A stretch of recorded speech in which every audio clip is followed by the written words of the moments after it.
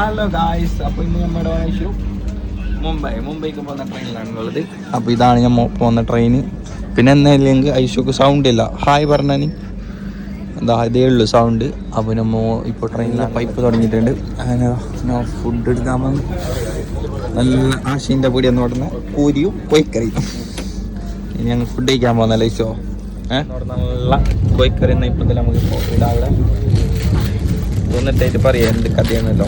അപ്പോൾ ട്രെയിനിലെല്ലാം വരുമ്പോൾ എന്താക്കണം അറിയാം, ഇങ്ങനെ ഹോട്ടലിൽ നിന്ന് പുറത്തുനിന്ന് കൊണ്ടുവരാം തിന്നാം. നല്ല കോഴിക്കറി ഓടെ നിൽക്കുന്നുണ്ട്. നമ്മളെന്നെ ചെക്കൻ്റെ ഷോപ്പിൽ നിന്നാണ്. ടേസ്റ്റ് എന്തായാലും ഉണ്ടാവും. കറി അല്ല ഇതെങ്ങനെ ഇടും. അപ്പോൾ ഗേസ് നിങ്ങളിനി ഇങ്ങനെ ട്രെയിനിൽ വരുന്നുണ്ടെങ്കിൽ ഒരു പാത്രം എടുത്തോ കറി കുടിക്കാൻ. പാത്രം ഇല്ലാണ്ടില്ല പ്ലഗ് ഇങ്ങനെ ഈ ചാറും എന്താക്കുന്നത് ഒന്നും കഥ പറയാം. അതും ട്രെയിനിൽ നല്ല ഇങ്ങനെ തട്ടിപ്പൊടി ഫുഡ് കഴിക്കാനല്ല, വേറെ വൈബാണ്.